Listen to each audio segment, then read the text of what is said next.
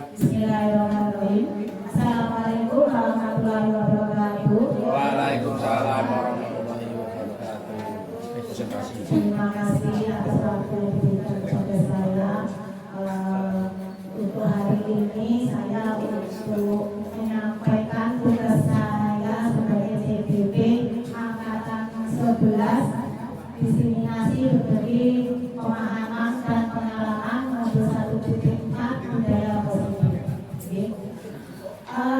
Di sini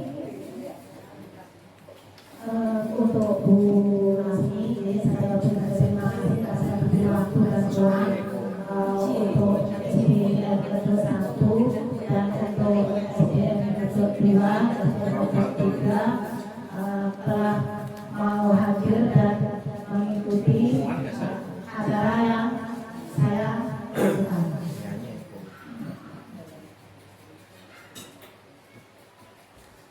Diseminasi modul 1.4 modul positif dengan sekali Indonesia antara 11 negara berdasarkan Kabupaten Blora.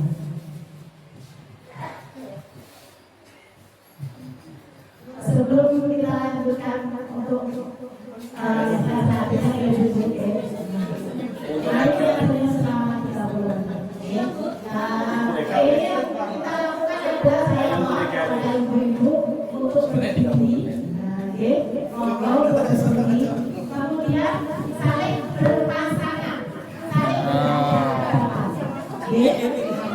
saling berhadapan.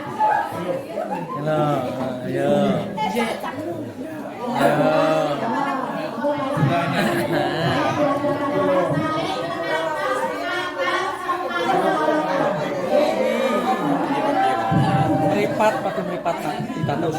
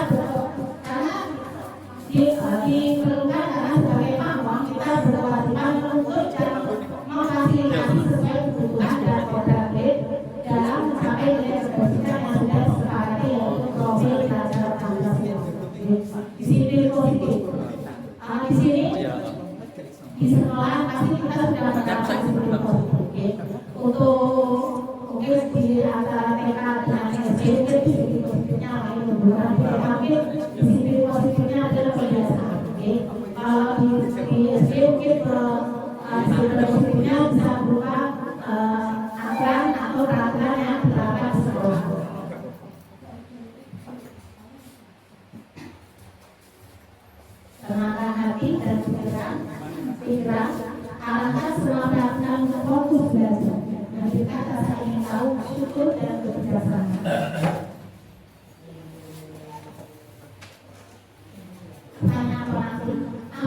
Anda setuju dengan pernyataan ini, hukuman dapat mendisiplinkan anak. Pemberian hukuman dengan hal positif seperti membaca atau membersihkan halaman sekolah dapat meningkatkan disiplin anak. Memberi penghargaan dapat meningkatkan motivasi belajar anak. Bagaimana Ibu? Yang untuk pengertian yang pertama, apakah hukuman dapat mendisiplinkan anak?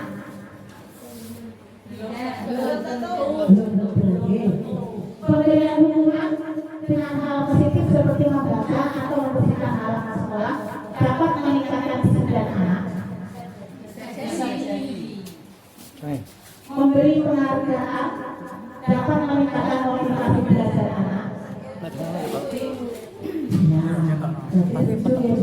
Karena dengan hukuman belum tentu mendisiplinkan anak. Mungkin dengan dihukum mungkin anak dalam hati tidak betul gitu. Mungkin betul. Full ya. Seperti itu. Kemudian hukuman yang positif mungkin dengan belajar atau membersihkan halaman sekolah ini dapat meningkatkan disiplin anak. Mungkin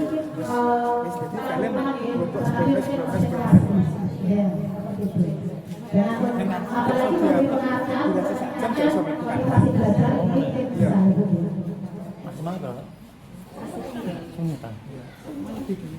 konsep inti budaya positif. Maaf ini saya maju. Perubahan perhatian lingkungan belajar, disiplin positif dan karena tidak menggunakan sepatu berwarna hitam. Hukuman. Kemudian lari mengelilingi lapangan basket 2 kali karena terlambat 10 menit untuk pelajaran TJK.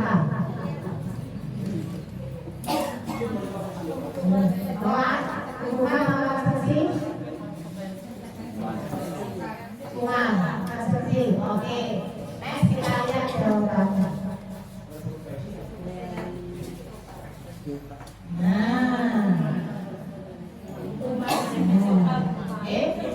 Ternyata mendapat 100 kali dalam kalimat saya tidak akan terlambat lagi karena terlambat sekolah berarti merupakan hukuman. Berarti yang visi-visi seperti itu berarti cenderung hukuman ya. Kalau dia membersihkan meja, ada ganti, berarti harus dibersihkan. Nah, seperti ini ya. Kalau hukuman selalu dengan visi.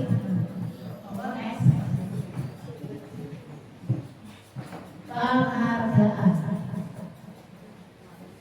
Abikos buku sebagai rekod 1993 wawancara ACTV Awal Profesor Maret 1995 mengumpulkan baik penghargaan maupun hukuman adalah cara-cara mengontrol perilaku seseorang yang menghancurkan potensi untuk pembelajaran yang sesungguhnya. Menurut Orr, secara ideal, tindakan belajar itu sendiri adalah penghargaan yang sesungguhnya. Oke. Kemudian ini berikut beberapa pernyataan dari Orr.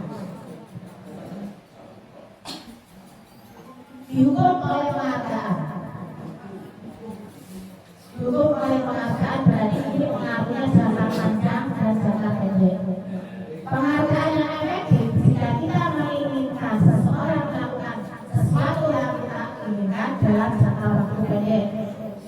Jika kita menggunakan penghargaan lagi dan lagi, maka orang tersebut akan tergantung pada penghargaan yang diberikan serta kehilangan motivasi dari dalam. Jika kita mendapatkan penghargaan untuk melakukan sesuatu yang baik, maka selain kita senantiasa berharap mendapatkan penghargaan tersebut lagi, kita pun menjadi tidak menyadari tindakan baik yang kita lakukan. Okay.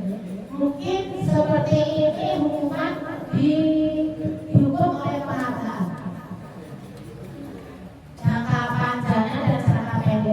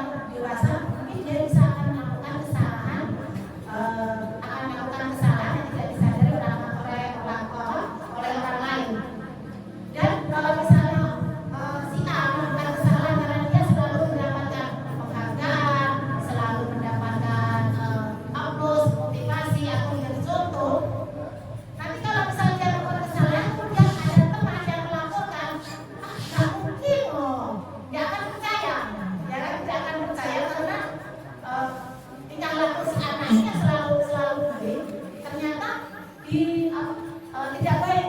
Mungkin seperti gurunya mungkin aku mesti begini, mesti kamu berbohong.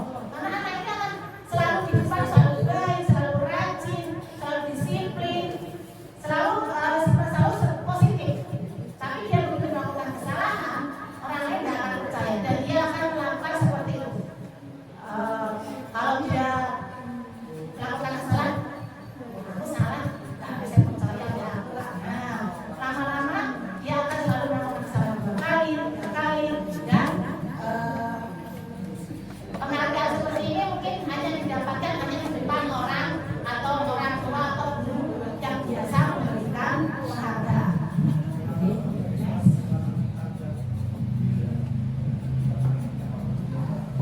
Penghargaan tidak efektif. Suatu penghargaan adalah suatu jumlah atau peristiwa yang diinginkan yang dibuat dengan persyaratan hanya jika Anda melakukan hal ini, maka Anda akan mendapatkan penghargaan yang diinginkan. Jika saya mengharapkan suatu penghargaan dan tidak mendapatkannya, maka saya akan kecewa dan berkecil hati serta kemungkinan lain kali saya tidak akan berusaha seperti sebelumnya. Jika kita memberikan seseorang suatu penghargaan untuk melakukan sesuatu, maka kita harus terus-menerus memberikan penghargaan itu jika kita ingin orang tersebut meneruskan perilaku yang kita inginkan. Orang yang berusaha berhenti merokok atau orang yang berusaha supaya memberikan badan, bila diberikan penghargaan hampir tidak berhasil. Berarti penghargaan itu memang tidak selalu baik, tidak selalu efektif. Kita akan memberi penghargaan, memberi hukuman, benar-benar kita harus melihat situasi dan kondisi anak tersebut. Tidak begitu kita hanya melihat semata, kemudian kita memberi penghargaan. Dengan cepat. Kemudian ada beberapa mahasiswa-mahasiswi yang dibayar untuk setiap video berita utama yang mereka mampu hasilkan. Dan setelah beberapa lama, mahasiswa atau mahasiswi yang dibayar ini hasil kerjanya berhenti berkembang. Mereka yang tidak menerima bayaran terus berupaya mengasah diri menjadi lebih baik. Kalau ada seperti ini mungkin ya kita bisa contohkan dengan berita sendiri, Ibu. Karena dengan berkembangnya anak tetap saja kita akan mendukung baik itu anak yang belum bisa, sudah bisa ataupun sudah bisa benar-benar bisa. Biasanya kalau yang sudah bisa, mungkin akan bisa selalu mendapatkan penghargaan. Tapi dia lama-lama dia tidak akan kreatif. Nah, sedangkan anak yang sudah berusaha untuk bisa, dengan anak untuk bisa ini, dia akan menciptakan ide-ide atau menciptakan sesuatu yang di luar pengetahuan mereka sendiri. Karena setiap anak itu memiliki keunikan sendiri, kemampuan tersendiri. Kita tidak bisa menyamakan anak, kita tidak bisa memberi ukuran mereka. Inspirasi dengan sok, rasa yang saya sok berusaha harus menengahin, kan tidak bisa seperti itu. Kalau yang bisa kecepatan kesalahan ini bisa, kan tidak seperti itu. Semuanya diberi semangat sama.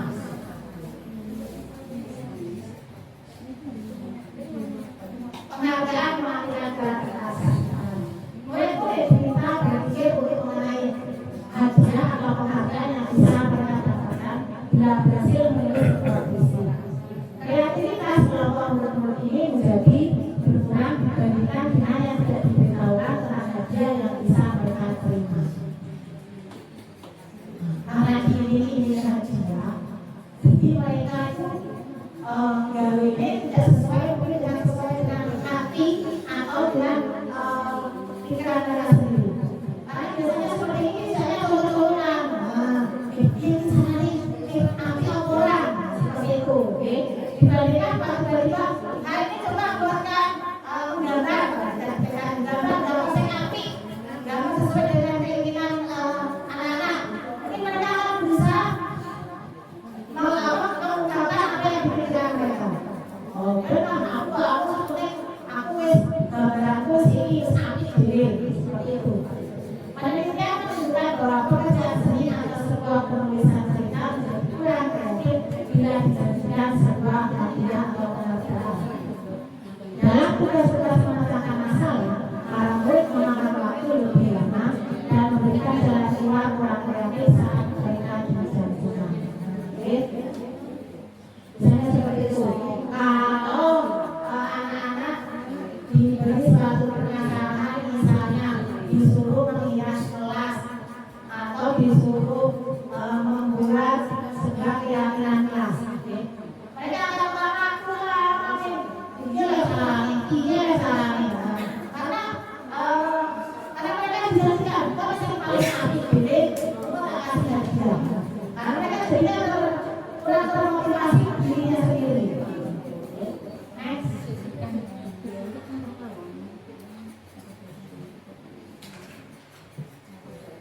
Penghargaan menghukum. Penghargaan menghukum. Mereka yang tidak mendapatkan penghargaan, misalnya dalam sistem ranking, mereka yang mendapat ranking 2 akan merasa paling terhukum. Memberikan penghargaan dan dukungan adalah hal yang sama karena keduanya mencoba mengendalikan perilaku seseorang. Karena orang pada dasarnya tidak suka dikendalikan dalam jangka waktu lama, penghargaan akan terlihat sebagai hukuman. Jika suatu penghargaan diharapkan, namun Anda tidak mendapatkannya, Anda akan merasa dihukum. Sebenarnya dalam sistem ranking ini ada plus-minusnya gitu. Nah, saya juga menyadari sendiri, kalau kita tidak memberikan ranking untuk yang tidak mendapatkan ranking ini, mereka tidak termotivasi ya Bu. Paling aku yang juga nah, kan seperti itu. Tapi kalau mungkin dengan kurang seperti itu ya. Kalau sudah mendapatkan ranking, ranking 1, ranking 2, ranking 3, mungkin yang akan mendapatkan ranking dia akan jadi sombong. Aku loh ranking 1 ya, memang ranking orang kecil. Karena seperti itu ya, menyepelekan ranking yang di bawahnya. Mungkin sistem ranking ini kalau di SD berarti sistemnya pusat gitu. Sama Bu. Ternyata ranking-rankingnya bisa gini. Ya, dari aplikasi no. Oke. Di aplikasi yang muncul sendiri ranking. Tapi tidak kayak seperti di rapor ranking ini enggak. Tapi kan waktu kita sosialisasi katanya enggak. Oh, tidak boleh sosialisasi. Kadang-kadang enggak boleh Nah, tapi rapor ikan. berarti kalau dari yang orang tua tapi kan tidak dibuka di depan kelas tidak, berarti kan ini kita memberikan penghargaan, memberi hadiah. nah ya seperti itu kebiasaan. 1, 2, 3 setidaknya sih pada anak. berarti mungkin menghargai usaha anak supaya menjadi lebih lebih dari teman-temannya yang menghargai dan memotivasi yang lain. memang semuanya ada prosesnya. Ya mungkin yang tidak juara bisa berusaha jadi juara, mungkin yang juara 2 berusaha jadi juara 1.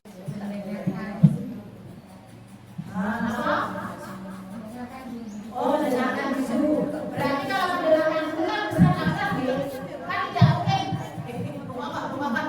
kan tidak terlihat, tidak nyata. Karena memang yang dipakai hanya suara dan terlihat, tapi mereka tidak melakukan sesuatu. Kemudian keyakinan kelas selanjutnya.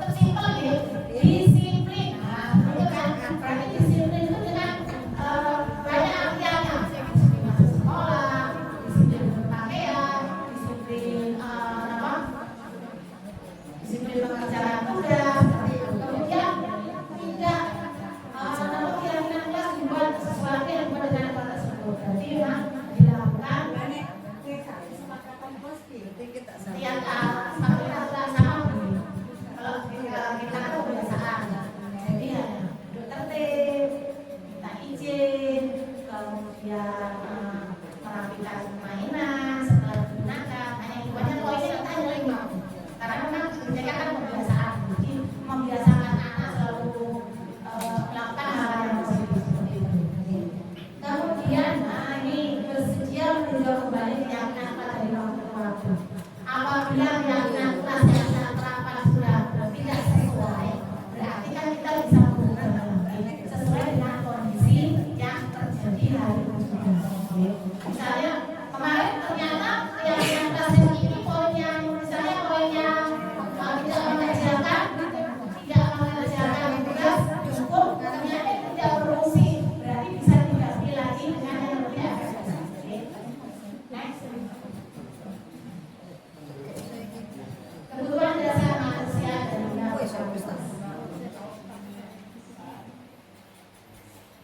dasar manusia.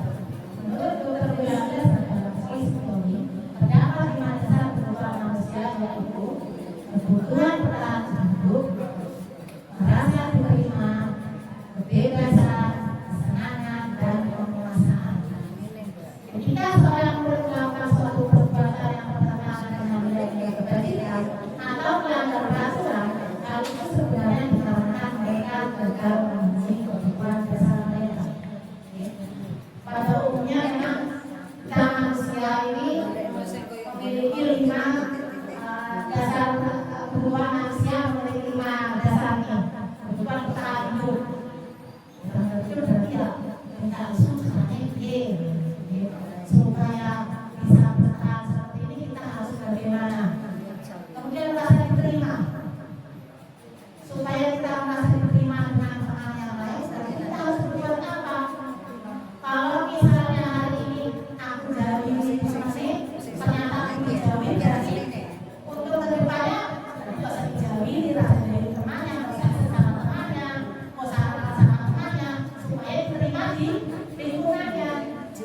Kemudian kebebasan, kita memang bebas mengekspresikan apa yang kita inginkan atau kita ungkapkan. Kemudian kesenangan, kalau senang, bersenang, aku bersenang juga aku juga, aku bersenang, aku bersenang, aku bersenang ya senang, main adik-adik bersenang. Kemudian penguasaan, penguasaan, pasti kita juga ingin punya rasa penguasaan. Bagaimana kalau di pembelajaran kita ingin menguasai, aku bisa ini dia berusaha, dia ingin menguasai. Kemudian bertentangan dengan nilai-nilai atau melanggar itu sebenarnya gagal.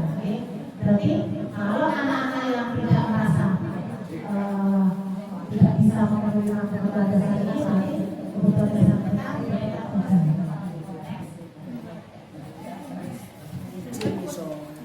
Dunia berkualitas. Dunia berkualitas adalah tempat khusus dalam Islam, tempat menyimpan gambaran representasi dari semua yang diinginkan bisa berisi orang-orang, hal-hal dan apa saja yang terkait dalam hidup mereka dan membuat mereka merasa bahagia dan terpenuhi kebutuhan dasar mereka. Kuliah kita juga mempunyai gambaran dunia berkualitas mereka. Tentunya sebagai guru, kita ingin memasukkan nilai-nilai yang berwarna dan nilai-nilai kebajikan yang hakiki ke dalam dunia berkualitas mereka. Bila guru dapat membangun interaksi yang memperdayakan dan memerdekakan murid, maka murid akan meletakkan dirinya sendiri sebagai individu yang positif dalam dunia berkualitas karena mereka menghargai nilai-nilai kebajikan. Jadi dunia berkualitas seperti ini. Kalau kita di dalam ilmu sekolah, karena kita dalam ilmu sekolah, berarti kita harus benar-benar menciptakan nilai-nilai kebajikan yang bisa ditiru oleh anak-anak kita, supaya anak-anak kita kalau sekolah itu senang. Kalau sekolah, mungkin ngomong, tapi kita bisa menciptakan kesenangan supaya anak benar-benar senang. Aku senang sekolah kan, guru latihan. Aku senang sekolah kan, guruku lucu, guruku baik hati. Berarti aku sudah memotivasi anak-anak bersekolah. Adalah video sebagai posisi pembuku.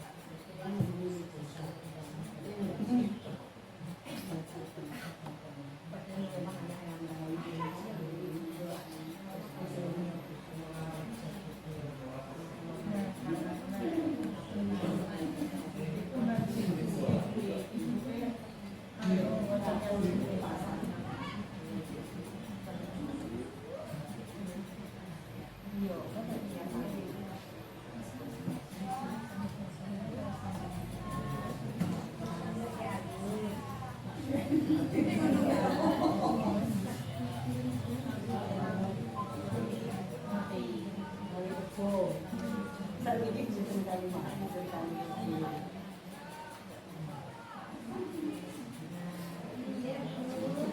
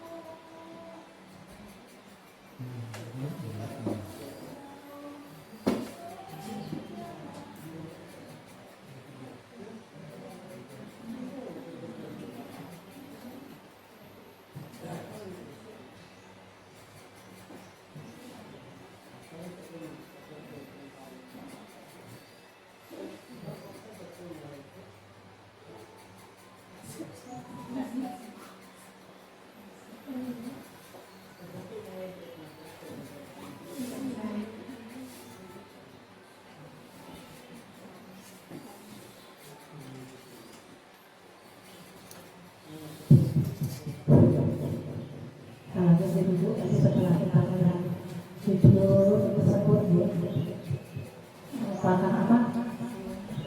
5 kontrol pemilu, kemudian kita beralih restitusi segitiga restitusi.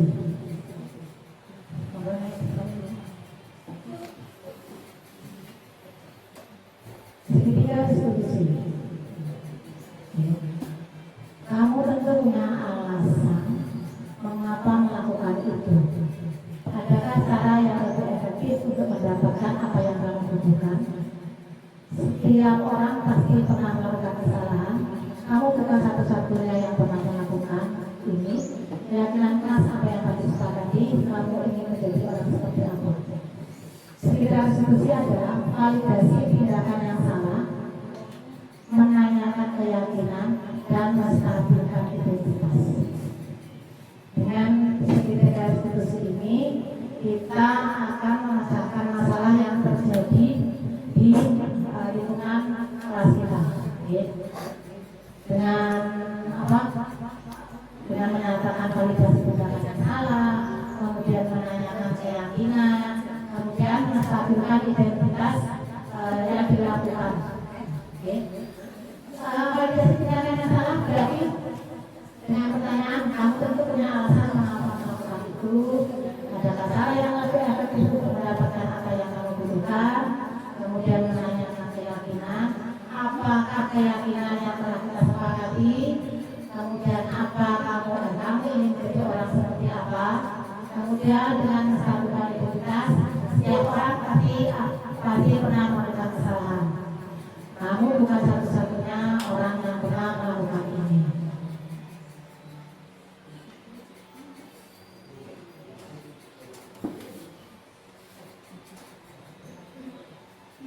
Tahapan restitusi.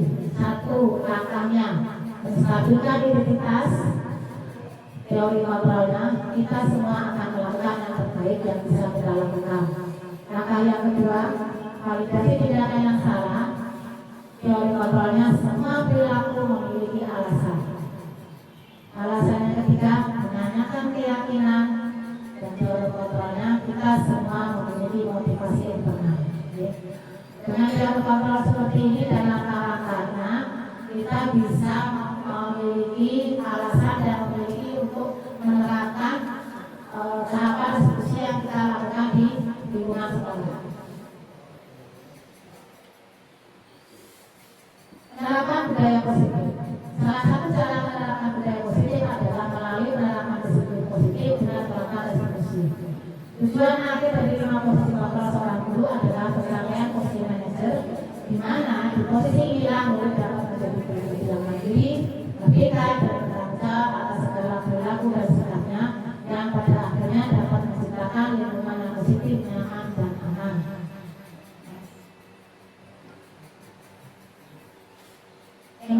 Implementasi budaya positif. 1. Memberikan contoh atau teladan kepada peserta didik kita untuk datang tepat waktu.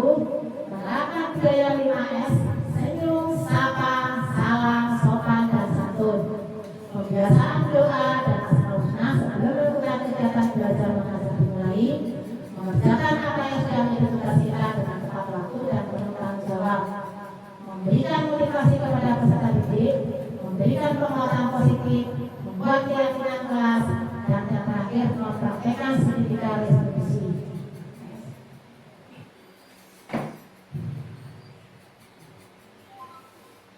Di kelas kita di sekolah kami sebagai implementasi budaya positif. Yang di sini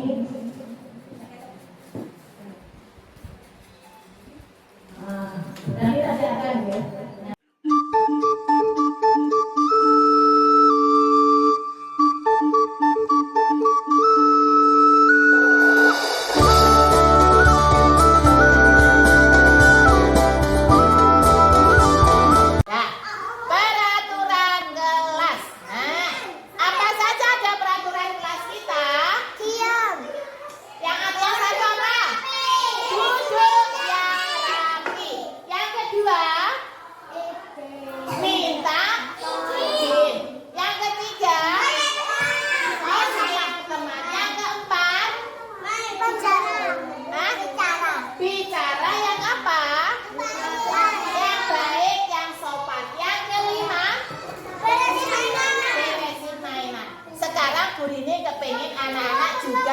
Membuat kesepakatan kelas, membuat peraturan di kelas. Nah, peraturan di kelas yang pertama, peraturan kelas kita yang pertama, misalnya anak-anak habis makan jajan, dibuang sampah. Dibuang di tempat sampah. Berarti peraturan kelas kita yang pertama, membuang sampah di tempat sampah. Yang kedua, beresin mainan. Oh, beresin mainan. Oke. Sayang teman. Nah, selain beresin mainan, beresin apa saja? Selain mainan, apa aja diberesin? Buku. Beresin mainan, beresin buku. Terus apa meneh? Pensil. Oh, pensil. Apa lagi? Oh, spidol.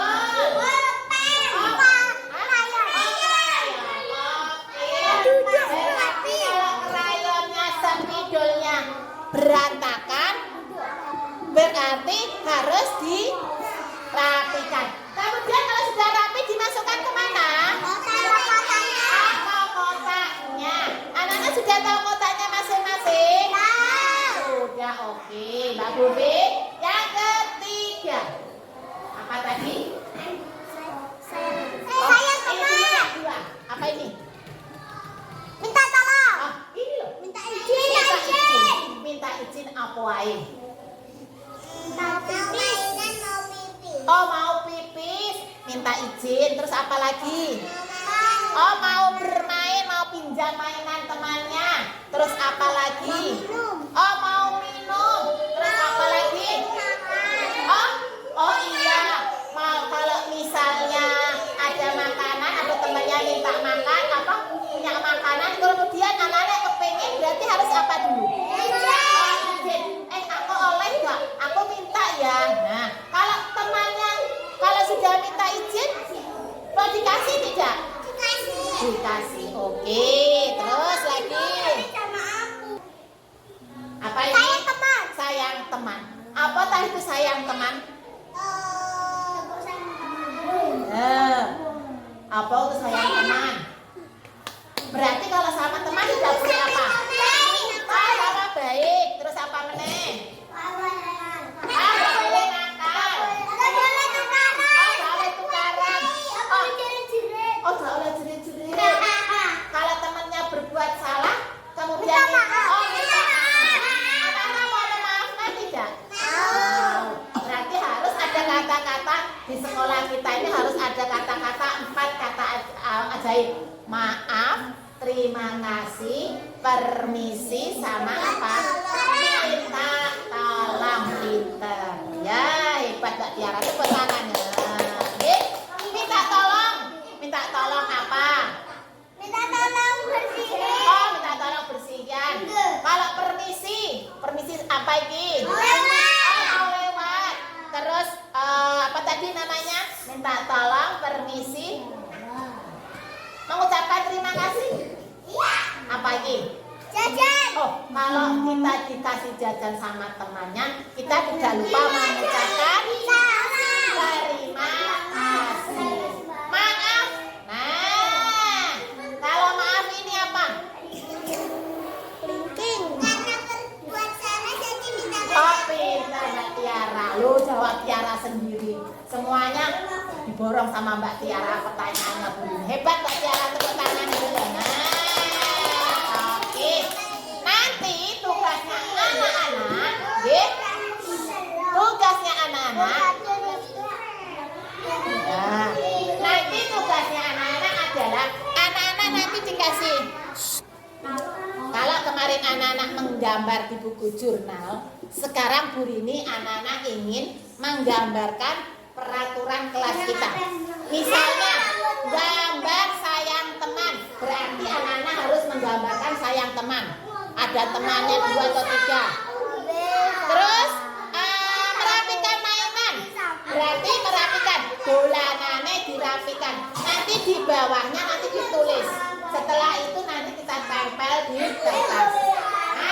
Minta izin. Sebisanya anak-anak, saisone anak-anak. Minta izin. Mak diizinin tok. Mak tak diizinin tok gak apa-apa. Terus ini bicaranya yang sopan. Berarti harus ketokno mulut tok, gambar mulut tok misalnya. Gambar mulut temannya.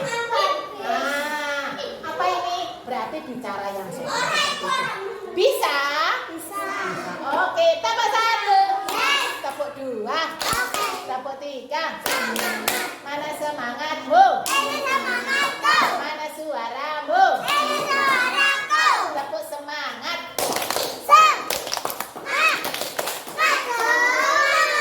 Oke. Tangan gambar, balik ya, atas. Oke. Lanjut.